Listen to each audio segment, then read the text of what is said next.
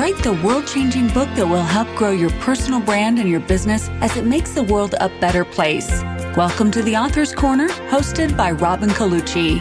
Every episode, we bring you some of the most successful authors, as well as other industry experts, to share some inspiration, motivation, tactical strategy, and fun. We'll also talk about the challenges and trends in the publishing industry.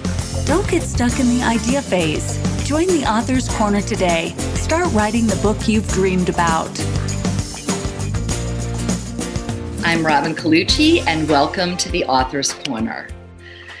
A lot of times when we are in those final stages of producing a book and we're trying to figure, we get into this place where we're trying to figure out, do we actually have the best title for this book?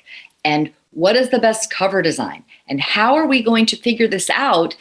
How do we test it? How do we find out what people are going to buy?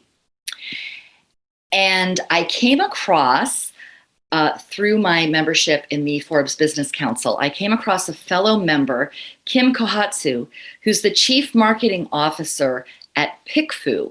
And PickFu is an online service that authors and publishers use to test and figure out what sells before they sell it. With over 20 years in advertising and marketing, Kim knows how to appeal to readers in her role as Chief Marketing Officer for PickFu. And inside of that role, she helps writers who are soon to be authors use PickFu to hone in their book titles and select the most appealing covers, as well as getting feedback on how to position themselves effectively as thought leaders. So let's get our conversation going with Kim so we can find out more about how this works and how we all can capitalize on it. So welcome, Kim. I am so happy to have you here with us today. Yeah, thanks. It's great to be here. Yeah, and it's so important. One of the things I love doing is sharing with authors resources that they might not be aware of. And I just am so intrigued by what you were sharing with me about PickFu and the kinds of things that you can do and how authors have utilized your services in the past and probably continue to do so.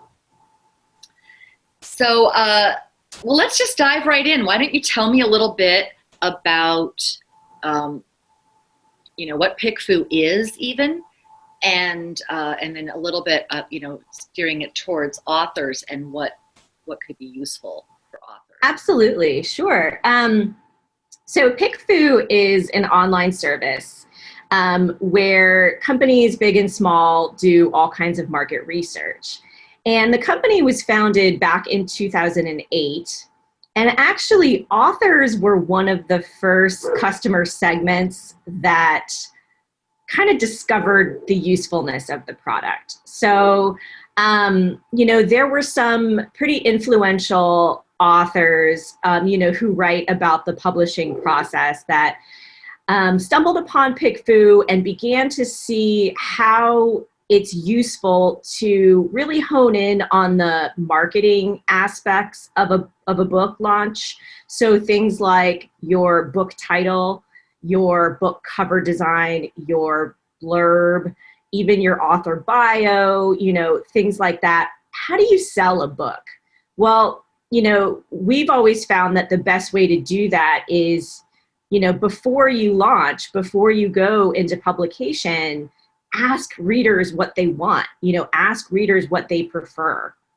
And so, what our service does is it helps you to really quickly connect with 50, 100, even up to 500 people at a time and, test your options. And so, if you've got a couple of titles or subtitles or book cover designs that you're considering, you can just upload those at pickfu.com, choose the kinds of people that you want to weigh in. So maybe that's women, maybe that's people of a certain age, maybe that's college graduates, any number of things, right? It could be heavy readers. It could be people that prefer ebooks. It could be people that prefer audiobooks. We've got all kinds of audiences built in. And then you just hit publish and, in a matter of minutes, people will start to weigh in. And they'll not only vote on which option they like, but they'll write a comment as to why they voted the way that they did. And what happens when you aggregate these comments is you get really valuable insights as to what is working and what isn't. And, that helps you with everything. So if you understand what's working about your title, that's going to influence your description, and it's going to influence, other parts of how you market the book. So I think it's been a really valuable tool for authors. And, because it was one of the early segments that sort of discovered PickFu, it's one that we focused on, and we've really tried to deliver value for authors. And so, over the years, we've added audiences, we've added features, we've added all kinds of things specifically geared for authors because they were one of our earliest customer segments. So that's really cool. So I'm just thinking and so when you're asking the reader, these audiences, what they like, is it framed in terms of what's most attractive to them, or is it framed in terms of which book would you buy?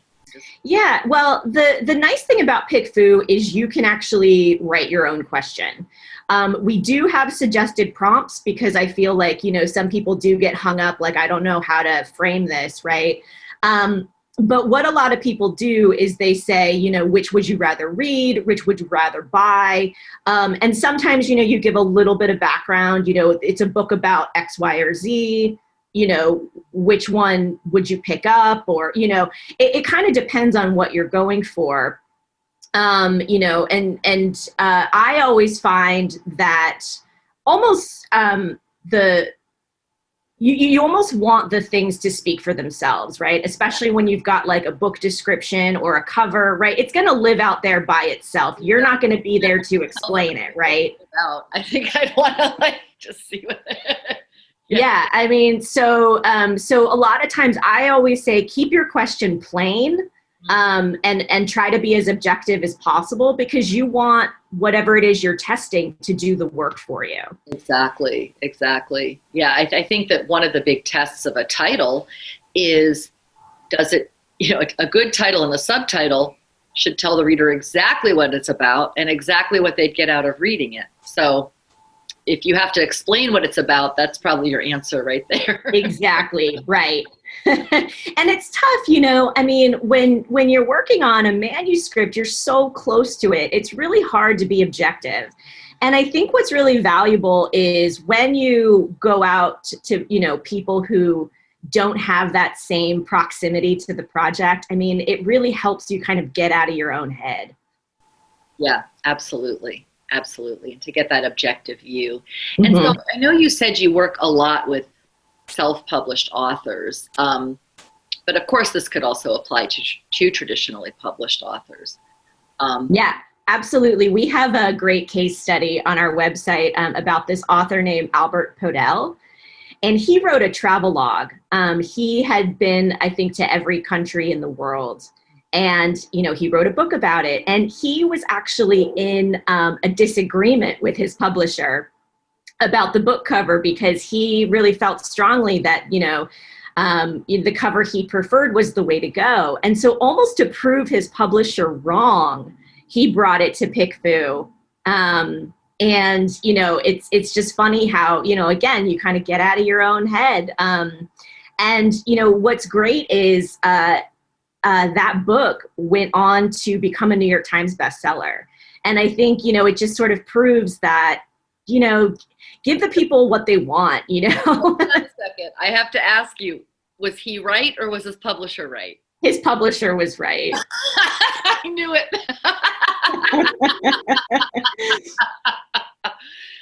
Yeah, that is, I love that because I was actually just speaking the other day where this idea came up about creative control and self-publishing. And I said, creative control isn't always the best thing for a self-publisher. And one of the great things that a traditional house can do is have that understanding of what kind of a book cover actually sells. Mm-hmm. So, but with PickFu, it seems like maybe you could have that check and balance, right? Of checking your own taste against what the market recognizes as a professional looking cover and a cover. Yeah. Absolutely. And, it's worked on the self-publishing side too. So, I remember a story of an author who was writing a medical book, and he had a book cover that, again, he was sure was the best. And, sometimes what happens is it surfaces things that you don't even think about. So his book cover had a bunch of doctors in surgical masks.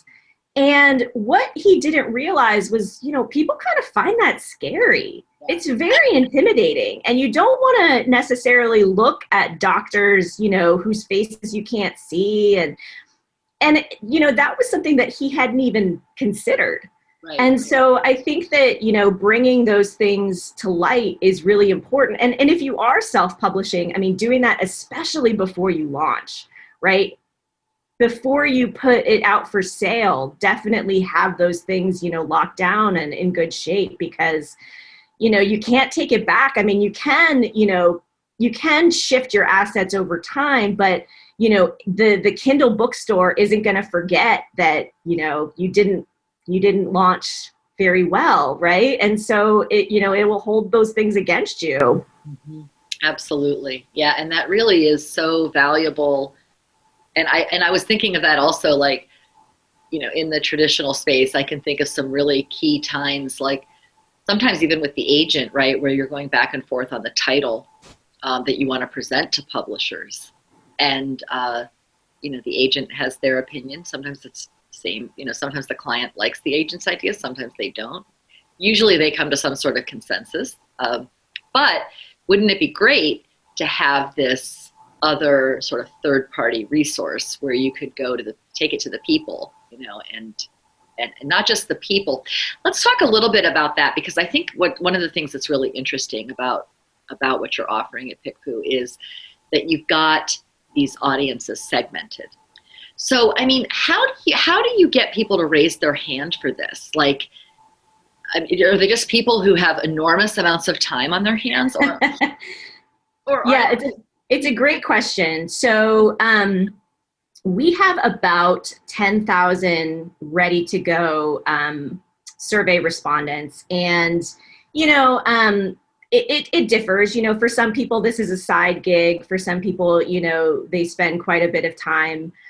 What's important, though, is that our survey respondents opt into your poll. So what happens is, on the web, sometimes what happens is there's something called content blocking, where, you have to just kind of go through this thing in order to keep playing a game or to, continue reading an article or whatever. And so people aren't really motivated to do a good job. They're just trying to get to what they were doing before, right?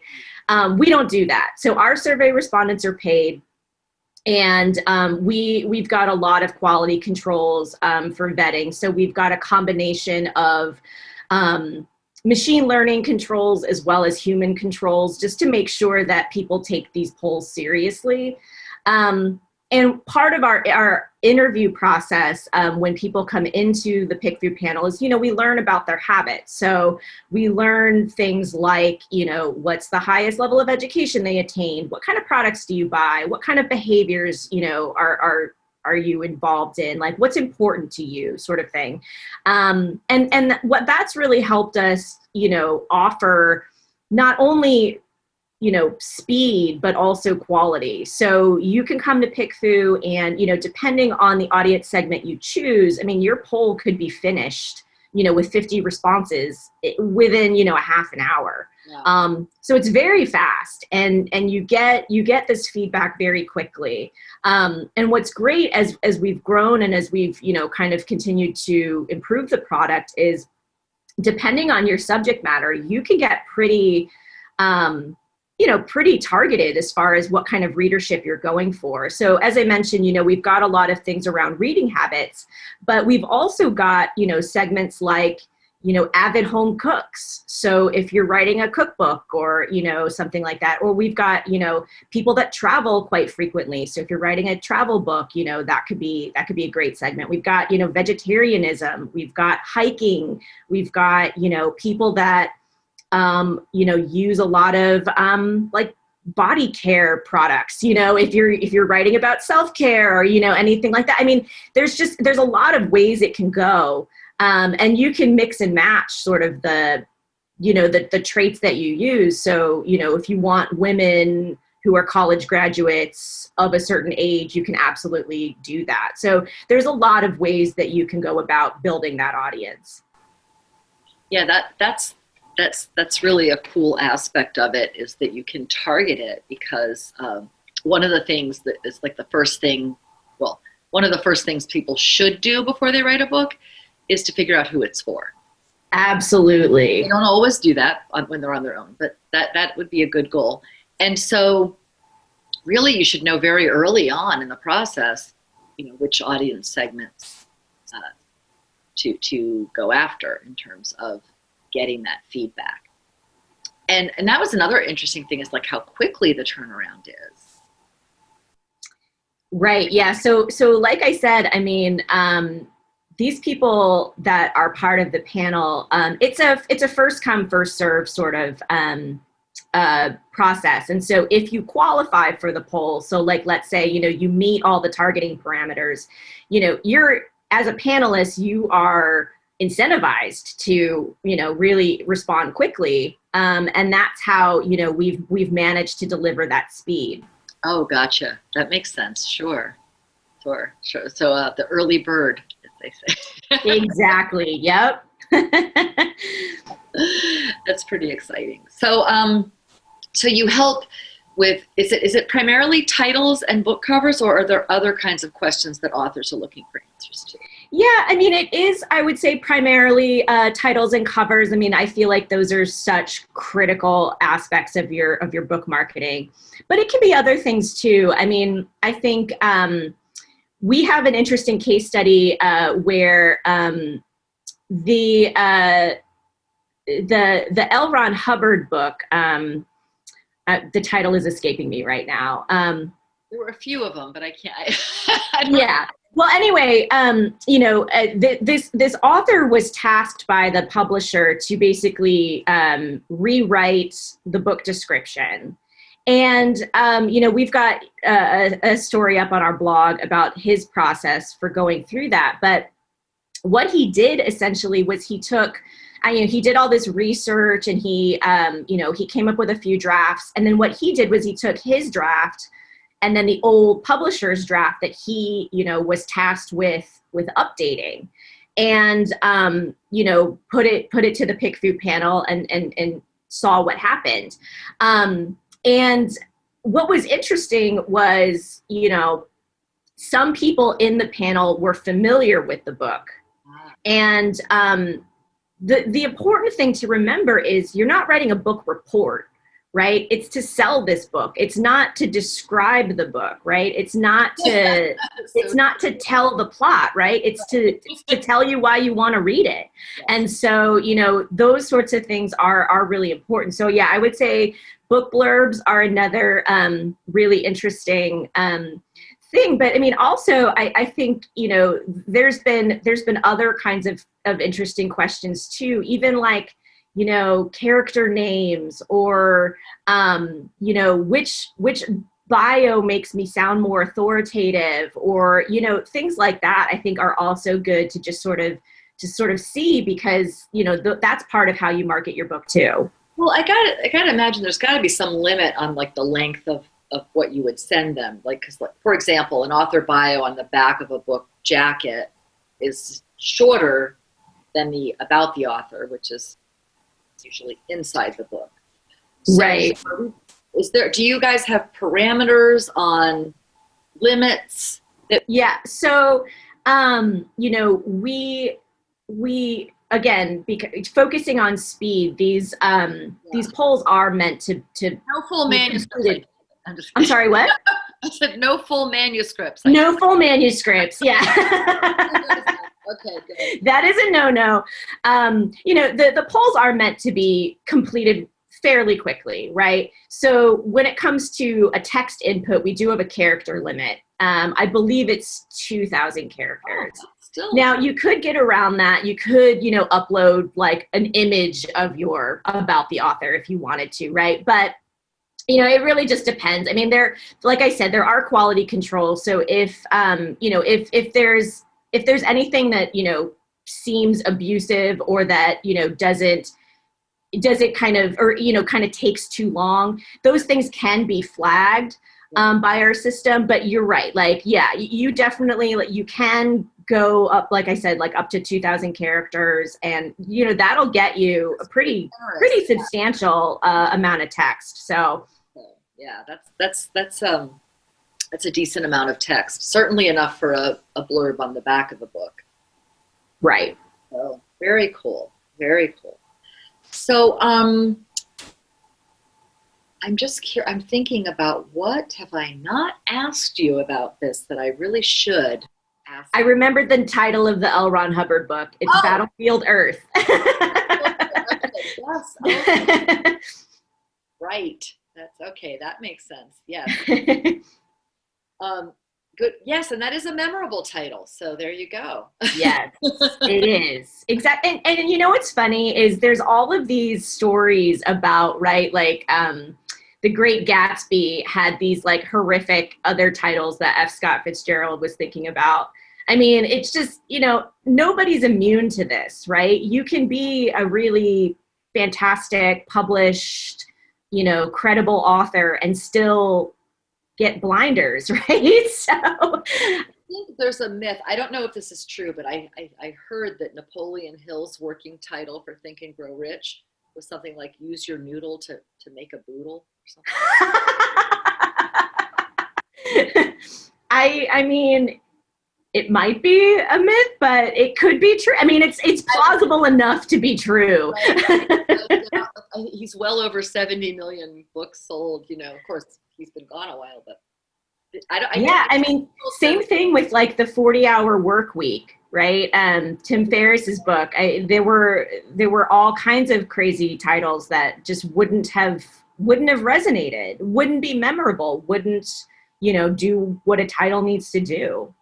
I think one of the things that's so valuable about the way that what you all are offering, and why I got so excited about sharing you and PickFu with my audience, is that please don't let me forget as soon as I'm done setting it up. But I think that so often, I remember now, and this actually, I thought of this when you were telling me about the doctors with the masks on the cover. Because so often authors, especially when they're in the self-publishing space, not because they're any less than, but just because they don't have, in order to get a book deal, you have to have already gotten past this phase. And so self-published authors don't have that hurdle of getting the agent and getting the book deal. So a lot of times they miss this, which is understanding that you need to write a book from the point of view of what is going to be interesting and exciting to your reader. And it's not always the same as what is interesting and exciting to you, right? So telling the story of how you became successful is maybe interesting if you are writing Shoe Dog, but to a broad audience, but it's not necessarily interesting to people if you're not a very well-known, internationally well-known figure. So, but you could tell all the same stories in the context of something that addresses a problem that your ideal reader is already aware that they have, right? And I feel like basically what you're doing is helping people get out of what looks just interesting through their eyes. Like, I'm a doctor. I would love, if I saw a book with doctors with surgical masks on the cover, I would want to pick that up because that's fascinating to me, versus what is the reader looking for? Right. Exactly. And that's the thing, right? You have to remember you're not writing this for you. You want to sell it, right? You want other people that don't know who you are, that, have all the choices in the world. You want them to pick up your book. And, that's the thing that's really important. I mean, if you're just writing for you, keep a journal, right? But if you're trying to sell a book, you have to sell it to the public, and you have to, be appealing to what the tastes are out there. Kim, now you sound like me. I've actually said that to people. If you're just reading a book for self-expression, that's why they have journals. Right.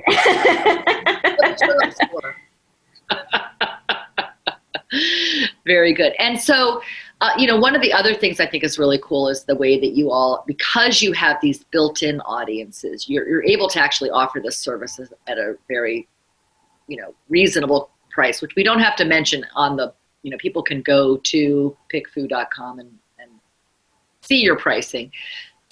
Just in case it changes, right? Or pricing changes, but it's at a very reasonable rate. And can you say a little bit more about how you all thought through that? Because I think it's pretty. Yeah, and it's changed over the years. And what we do is essentially it's a price per respondent, right? So the minimum respondent pool is 50 people. And basically the base price is $1 per respondent. So at a minimum, you're paying about $50. Now, as you add features to your poll or as you add targeting to your audiences, that price goes up incrementally. But again, it's all dependent on what your needs are. We actually have a pricing calculator that you can actually go and you can price out the poll that you're thinking about running. So if you go to pickfu.com/pricing, you can actually, play around with the tool and see, okay, well, if I were to poll 100 people versus 50 people, or if I were to do this audience versus that audience, what would that cost me? And you'll see, like you said, you can run a poll for $50, $60, less than $100. Really, it just depends on what the targeting is and how many people you're looking to poll. And then you also talked about you could build your own audience. Of course, that's more. Can you give me an example of when that might be a good move? So, I think it really comes down to who your book is for. So as an example, if you were writing a dating book, for women, you would want female and unmarried, right? So that's 2 traits that you would combine, and you can combine up to 4. So, again, like we've got travel habits, and maybe it's your travel frequency plus your income, right? If it's for jet setters, who stay in like 4-star hotels, I don't know. But it really kind of depends on, who your book is for and who you're looking to target. So, there is, I think you could actually just do a general audience, which is no targeting whatsoever. It's just the first 50 or 100 people. And sometimes, depending on what you're going for, sometimes that's valuable, right? But if you are really looking to zoom in on a certain segment, then yeah, you can definitely play around with that. So, again, one of the things that we offer is reading habits. And so perhaps you want to mix, the intended readership of your audience with how they like to get their books, right? So if you are doing, if you're trying to appeal to audiobook listeners versus ebook readers, that's another way you could potentially build your audience that way. Or just readers, right? Like people who read. Yeah, and we've got people, we've got targeting where it's like, reads at least 1 book a month, reads 2 books a month, so if it's a heavy, if you think your book is kind of, going to appeal to people that, read a lot, or maybe that don't read very much, right? It kind of just, it can run the gamut based off of what you're working on. Yeah, I could see some real value in just wanting to know the opinion of people who actually read. Mm-hmm. Because I think you're dealing with your most likely buyer, right? Because people who don't read. Yeah. Yeah, exactly. They're not exactly motivated to buy a bunch of books. Exactly. Yeah. So I like that. Now, I mean, and it seems to me like 4 traits is actually, you could probably get some pretty good targeting even with 4 traits. Like, when might, have you seen situations where people need more, and what does that look like? Well, yeah, it's interesting. I mean, we've had a lot of e-commerce sellers use our service, and so that tends to be pretty targeted because they're physical products, right? But what's interesting is PickFu has been around long enough that if, for example, there's an audience that we don't offer, you can actually email us and say, hey, like, have you ever thought about this? And if we're able to meet a certain quality threshold, that meets, our speed and quantity things, we'll offer it. We can start to try to build that audience. So as an example, we had a financial services company come to us, and they were really interested in, targeting people of a certain credit score. And we were like, oh, well, we could probably build that, and it took us a little while, but, we're able to address those things. So, now if you were to write, a book about, financial health and, tips for saving and things like that, I mean, you could actually target people based off of their credit score.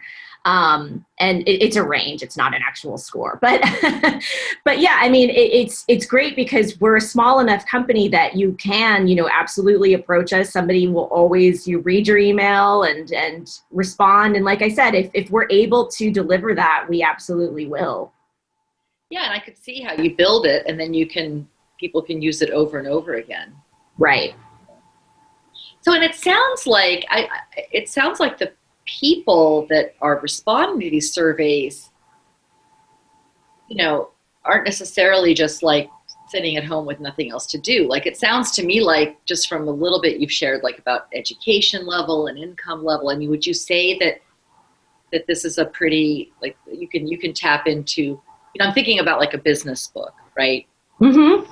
We met through Forbes Business Council, right? So we deal with business people all the time. Yeah.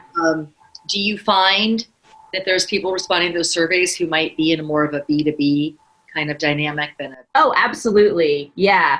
I think what's really nice is, I think that we have been able to cultivate an audience that is just motivated to help. And I think that people just really like that their opinions are helping other business owners or, entrepreneurs. Yeah. And so, it's interesting. We've got a page on our site that interviews some panelists, and like one guy's an MBA, right? And he's just like, yeah, I just like doing it. Yeah. And so I think,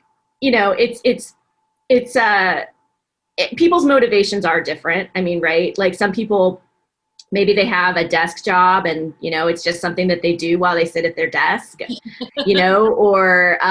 play a little. yeah, or maybe they're at home and they need to make a little side money. I mean, it spans the gamut, but you will find, if it is a B2B audience you're looking for, you absolutely can find, college graduates, full-time employees, right? That's another segment we offer. Yeah, I mean, you can also target by income levels. So if you wanted to do 60K and up, that's available to you. Yeah, I mean, there's a lot of different people that you can reach with PickFu. Very cool. So, what would you say is the strangest kind of without, of course, naming any names or like, did you have a poll that stands out that was particularly strange or like surprising, book or not book related? But yeah, absolutely. Well, it's funny. PickFu was born because we have two co-founders who are both, software engineers. And it's funny, one of them is colorblind. And so when it came to creative choices, because there were two of them, sometimes they would come at loggerheads, right? They just didn't know.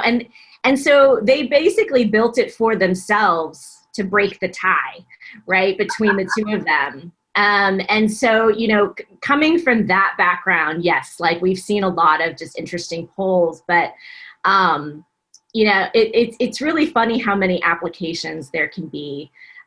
So we've had people come to PickFu and, you know, decide on their dating profile picture, right? So you ask like a group of women, hey, you know, which photo makes me look most attractive, right? Because again, you're selling yourself. I mean, it makes total sense.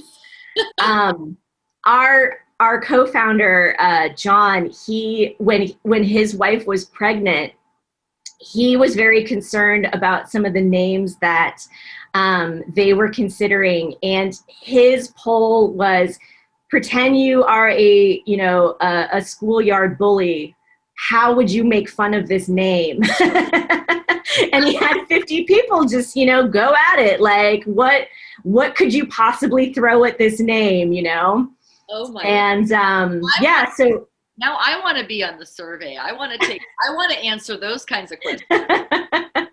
yeah, I mean, it's definitely, there's been some memorable ones. And sometimes, you know, we run polls just for our own benefit. You know, like I run the PickFu blog. So a lot of times we survey respondents just for content for our blog.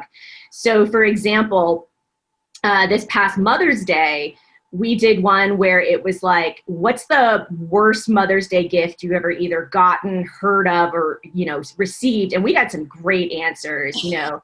Or for Valentine's Day, we had people tell us their engagement stories, right? And so some of them were funny, some of them were romantic. You know, so sometimes like, I think those like sort of human interest ones are always kind of the funniest. And yeah.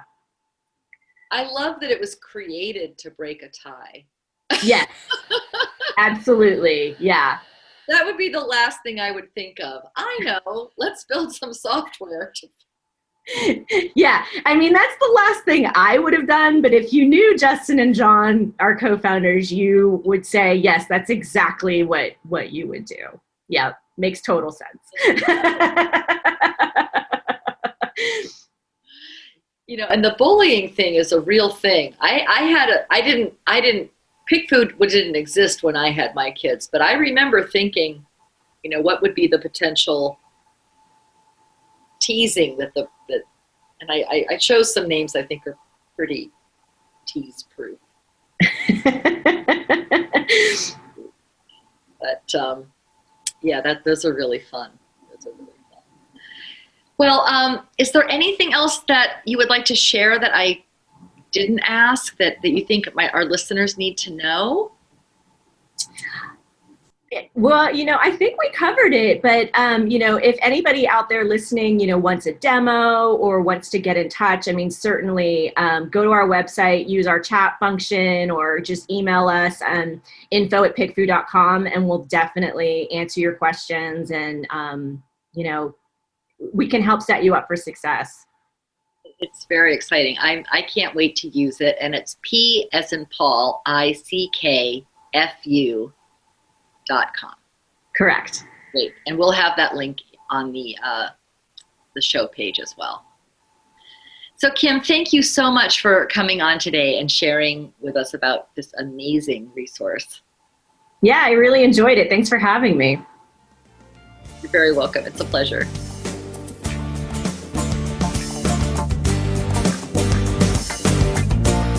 Thank you for tuning in to another amazing episode of The Author's Corner. You're one step closer to writing the world-changing book you've dreamed about for years.